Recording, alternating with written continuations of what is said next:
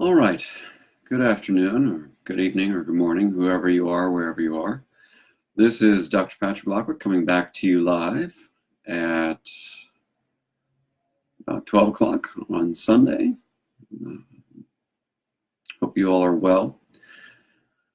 I'm here to finish up the fourth part in my four-part series on the concept I believe I created called adaptive group identification.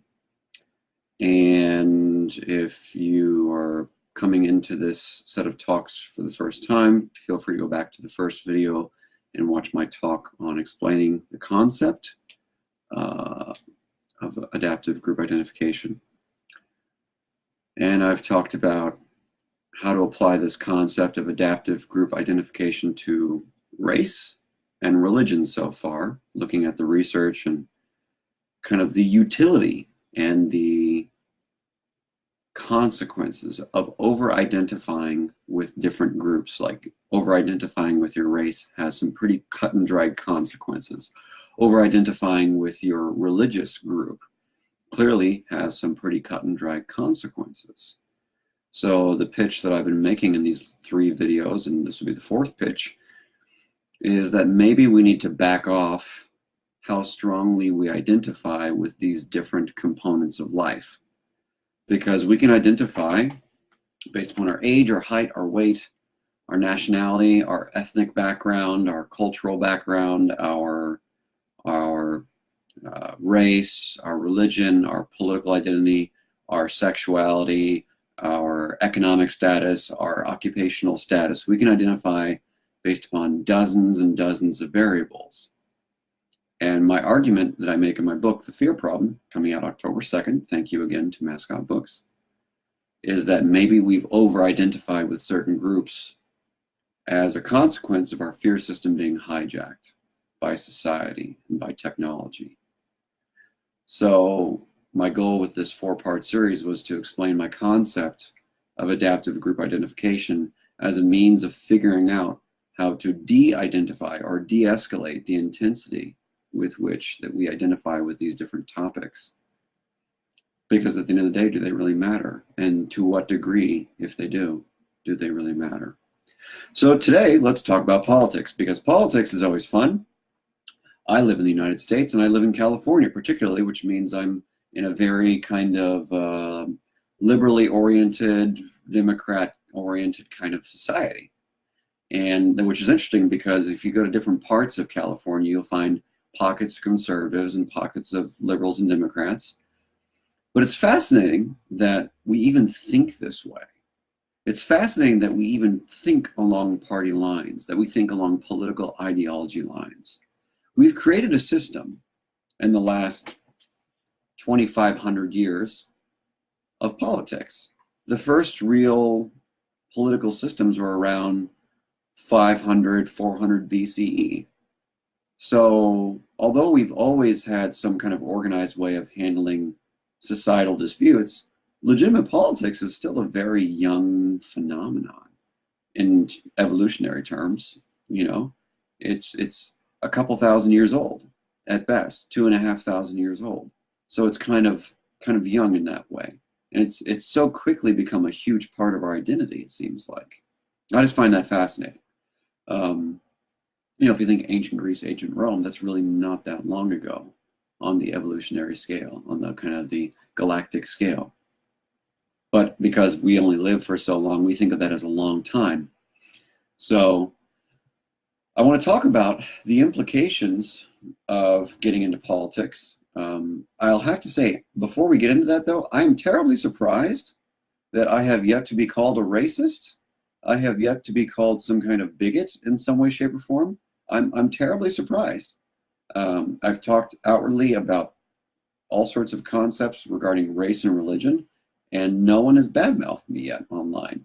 I'm legitimately surprised.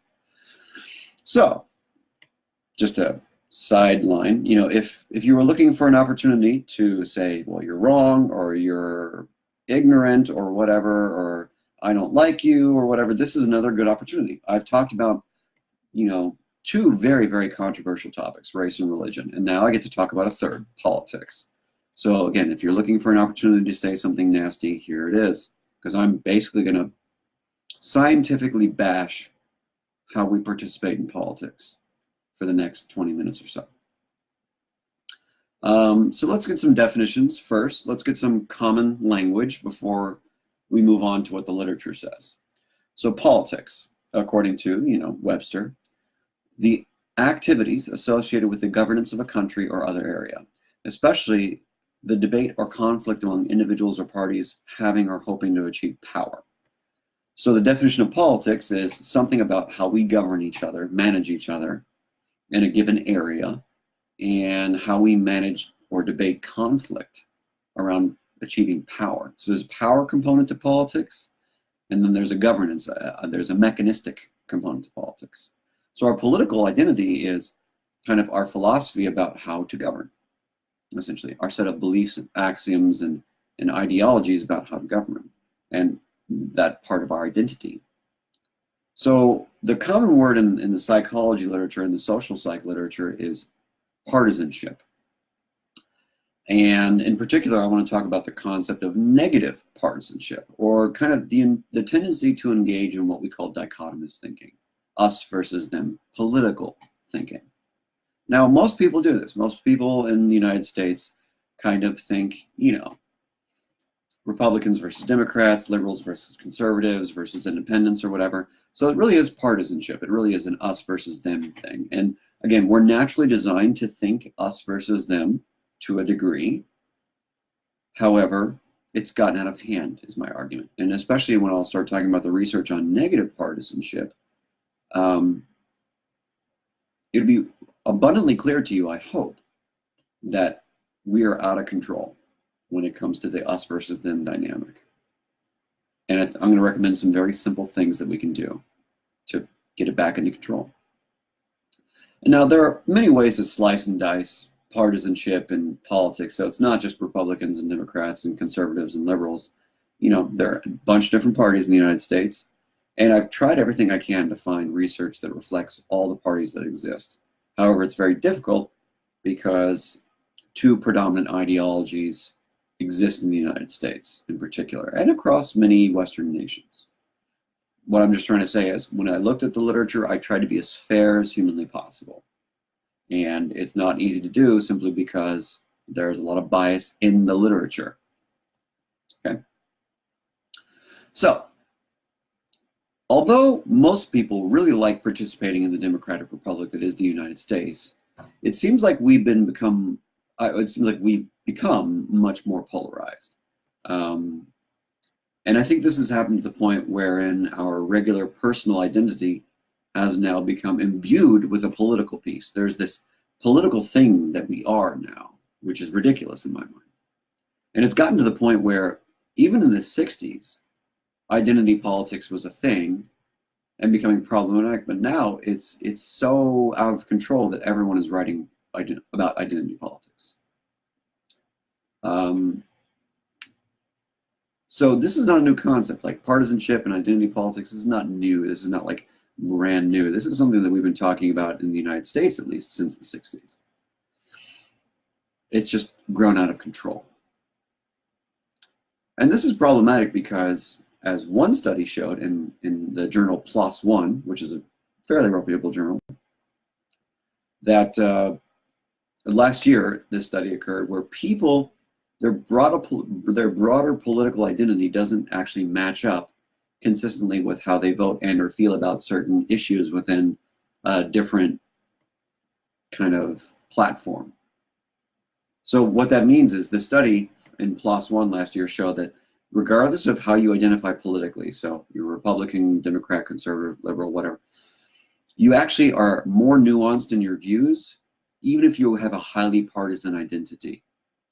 So it's kind of silly to use the label when you're actually more nuanced in your views. But the problem is, and there's research that shows, that even though we might have different views, we will vote based upon party lines, which is really stupid. Because if we have different views that differ from our political identity, we should vote based upon them, right? Speak the truth. Moreover, the research shows that both parties here in the United States, and I say both because there are more than two, but the predominant parties engage in very nasty identity politics. There's plenty of studies. And this is one reason there's been such a divide and such fight for the last couple of decades. So one thing that might be useful to figure out is, how does our political identity develop? Well, some studies point to the fact that we're acculturated into a political identity, no differently than how most people are bred into a religious group.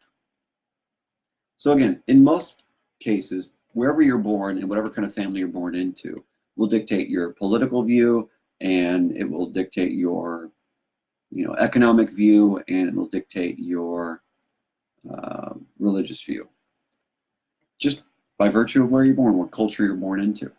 However, that can change a little bit in adolescence, the research shows, especially if you're high in IQ. However, a very strong and volatile political environment will affect how and if we change. So if you grow up with one kind of family who's, let's say, conservative, and then you live in a very volatile and hostile political climate like the US, you're more likely to change your mind if there's enough kind of fight put up to you, if there's enough challenge put up to you. However, the sad thing is most people keep their political identity, their political beliefs, despite evidence to the contrary of their identity. So confirmation bias is a concept that's highly studied with regard to politics, and it's everywhere. It also appears that our personality styles will affect how partisan we are. For instance, one study showed, and this was this year, one study showed that the higher you score on the big 5 personality trait of agreeableness, the less you engage in partisan thinking. And it's vice versa. The lower you score, the more partisan you are. And another article I read showed a pretty kind of obvious finding that the more political leaders engage in partisan behavior, especially negative partisanship, the more the general public engages in the same behavior. So monkey see, monkey do. So part of our problem is a top-down phenomenon where, there are plenty of rational people in the political world like Ben Shapiro and Sam Harris and Dave Rubin and Jordan Peterson and the Weinstein brothers, and all these kinds of people are perfectly rational. And they talk about how we shouldn't engage in identity politics and kind of vote issue by issue and think issue by issue. The problem is the average person is highly influenced by the top-down phenomena. We look to our leaders for how to behave often, and that's just how we're designed by evolution. So because our leaders are highly partisan, the people in the Senate and the House, the president, etc., because we all badmouth each other all the time, and because all the leaders badmouth each other all the time, monkey see, monkey do. We're going to keep doing it. And that's what the research shows, not surprisingly. And I think one of the reasons this is because authors in the political science world have supported the notion that bringing emotion into the political sphere is okay. It's actually a good thing. Moreover, if you keep playing the identity politics game, at some point your political leanings will just become an identity. So the more you invest emotion into something, the more personal it becomes. The more you play a game, the more you put that phenomenon into your mind, the more personal it becomes. So your identity just has to keep developing. So from the top down and from the experiential level, we are making ourselves more political than we need to be, according to the research. And again, there are different personality traits that kind of push us towards one ideology or the other. So I've already talked about the big 5, and there's another personality trait called need for closure, or it's kind of our desire for certainty, which is highly correlated with how strongly we identify with a political group. So, if you score very high on the need for closure, the research shows that you're more likely to be conservative, and you're more likely to be very partisan. And if you score lower on it, you tend to be less partisan. Research has shown that people who were put into experiments, who are intentionally made angry, actually seek out less information about the circumstances, about the topic in that political circumstance. But people who are anxious actually seek out information. So isn't it interesting that we have a culture where we badmouth each other and engage in aggression, and yet we care less and less what the other side thinks? And that's because the anger activates all these biases that keep our minds safe and protects our position. Self-protective. Moreover, the more temperamentally fearful you are, the more you engage in partisanship. So you can be circumstantially anxious and want to know more, but if you're temperamentally anxious, the more temperamentally fearful you are, the more you engage in partisan thinking, because we need to keep our tribe alive. We need to keep our political tribe alive. And the more we identify with the tribe, the less they are to oust us or hurt us. And this is interesting and problematic because it keeps us from critical thinking. We need to be more critical, more oriented towards a critical thinking lifestyle to really deal with these important life issues in terms of politics. But we're not, because we're afraid and we're angry all the time.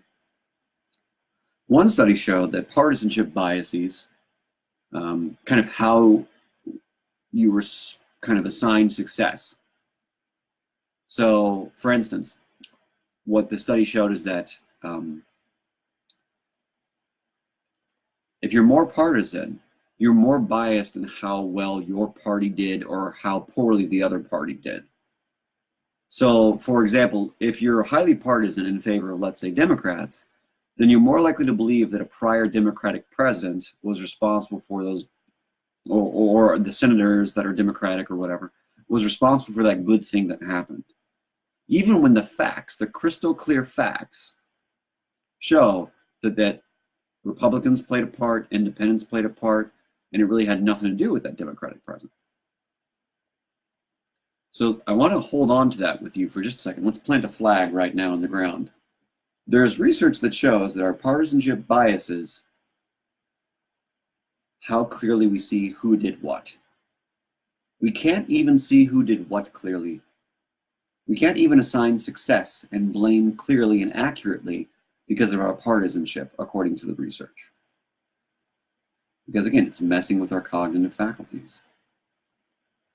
This means that we cannot be intellectually honest if we're more partisan, according to the research.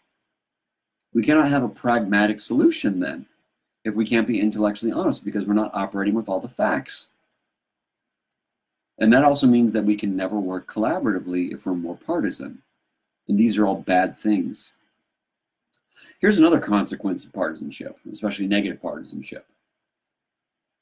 The economy will waver based upon which party is in charge, which, if you think about it, should make no sense whatsoever. So there are a couple of studies I read that talk about the fact that economics is its own dynamic system, which obviously plays with politics, but is still a separate thing. And one study showed that for the past 90 years in the United States and Britain, if a left-wing government was in charge or about to come into power, then the stock market was more afraid of inflation and traded less or traded down. Whereas when a conservative government was in charge, trading volumes were higher.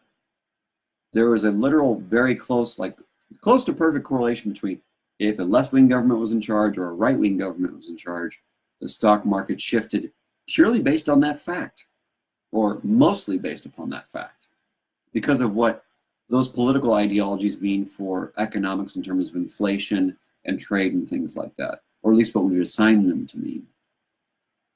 Again, all of this is insane because you can have a Democratic individual who has some fairly conservative economic policies, and you can have a Republican individual who has some pretty stupid and pretty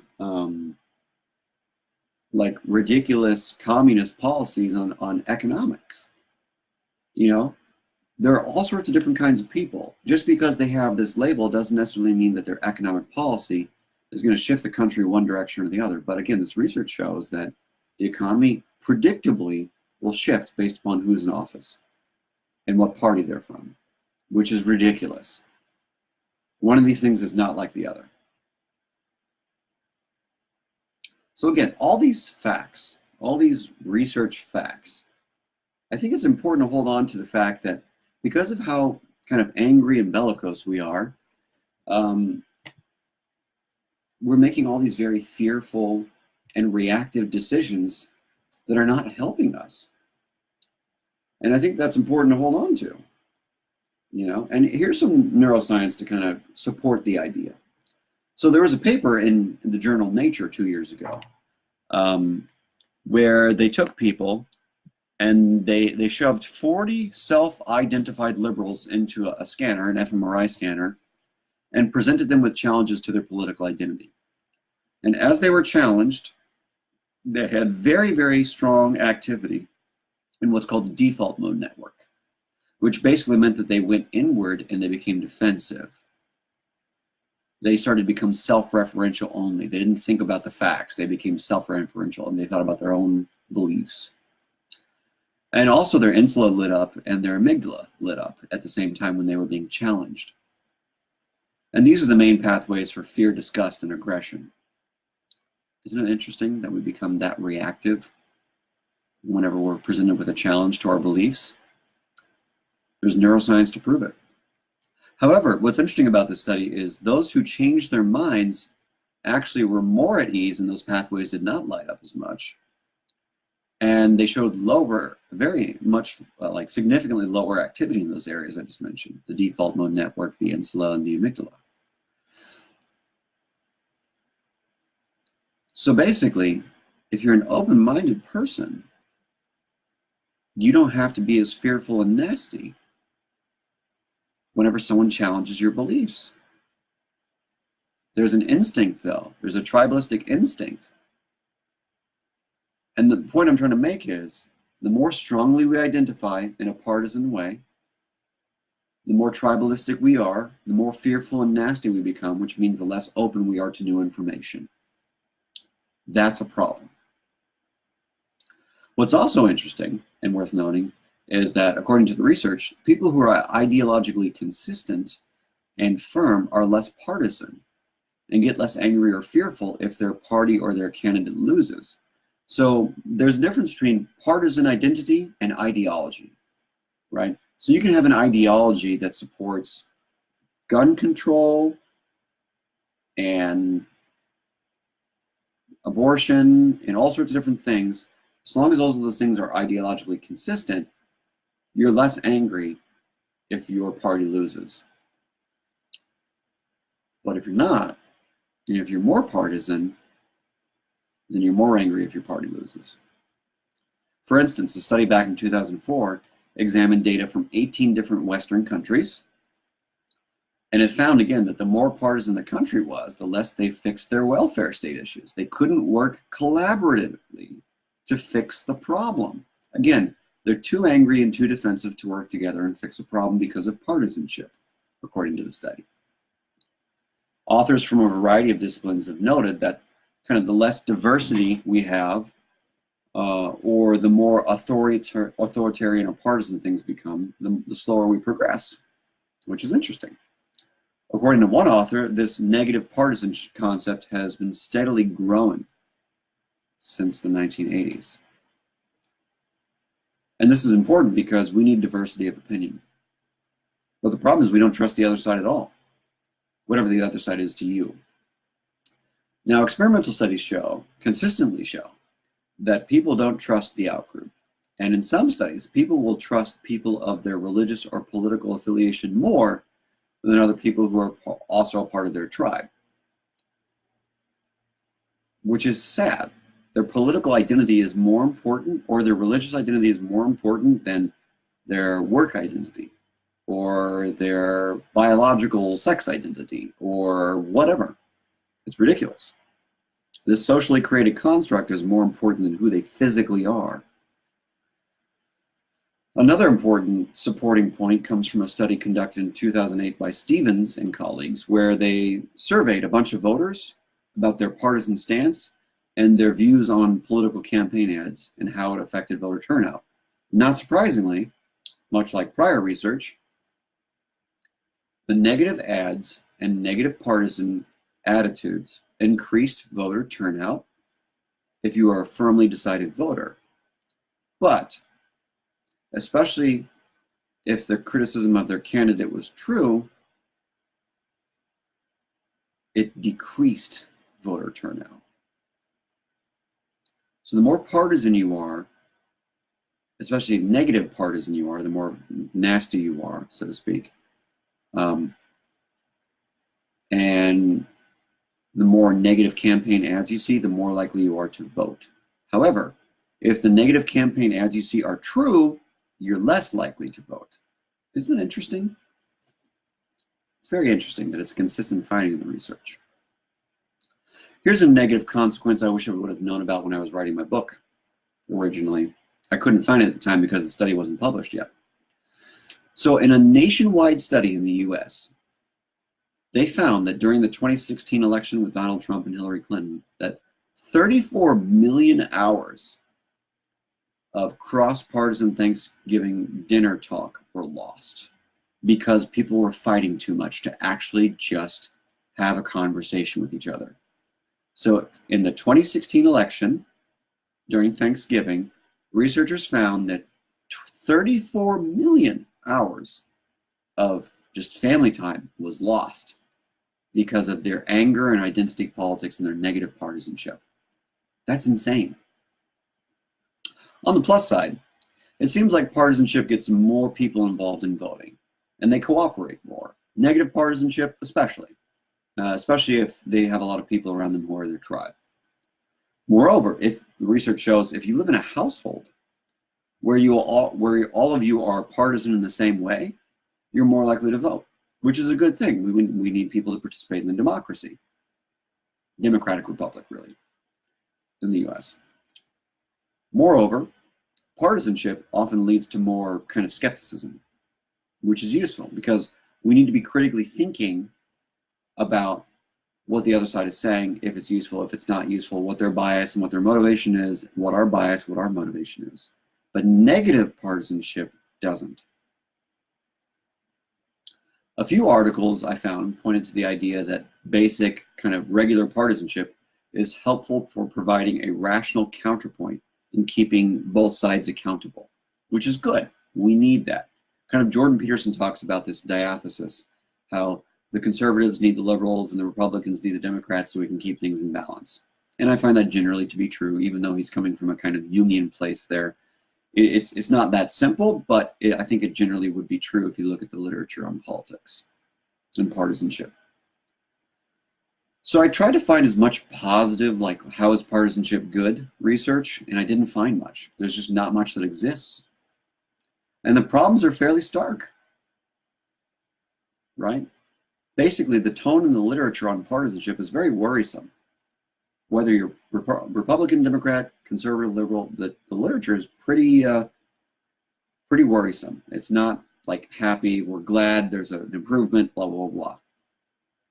Interestingly, and finally, one author named Lewandowski showed that the more we identify as Americans, the less we engage in partisan thinking. Isn't that interesting? So one of the fixes for negative partisanship in this tribalistic way of being is kind of over-identifying with your country of origin, the country that you live in. So if we put nation first in our minds, then the us versus them just becomes us, right? You know, I am a United States citizen. So that doesn't mean that I should like or dislike Republicans or Democrats, depending upon which side of the aisle in which I fall. More, I should want to like everyone equally for the diversity of opinion they bring. Even if they are in the same party with me, there should be diversity of opinion. So basically, he is sort of promoting nationalism as a solution for partisanship, which I think is interesting. I think it's worth debating too, because I think nationalism gets out of hand, right? Which I talked about a little bit in the religious talk last week. So let's apply adaptive group identification to this concept and get out of here. So again, adaptive group identification is three things. That piece of your identity is adaptive if it causes little to no harm to yourself, if it causes little to no harm to other people, and it makes life functioning more effective, smoother. If it makes life easier, more effective, then that piece of your identity is useful to hold on to and promote.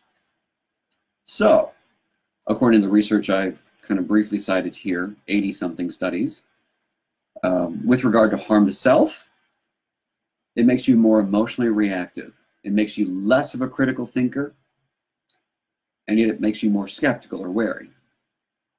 As I've said above, it helps people become or stay engaged in politics, on the other hand, which by most counts is an adaptive thing.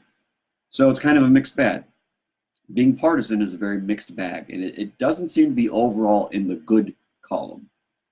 But it does keep us engaged, and that's good. Problem is, it keeps us engaged in such a way that we destroy ourselves, and that's bad. That is not adaptive. It causes harm to the self. Again, harm to others.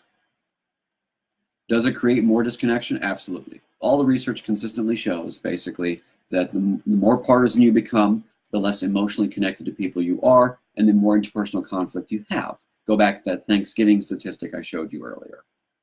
That's ridiculous. That's stupid. We do not need to operate this way. That's pathetic. For as smart as we are as creatures, it's pathetic that we operate that way, that we lost 34 million hours of just connecting with each other because of politics. It's stupid.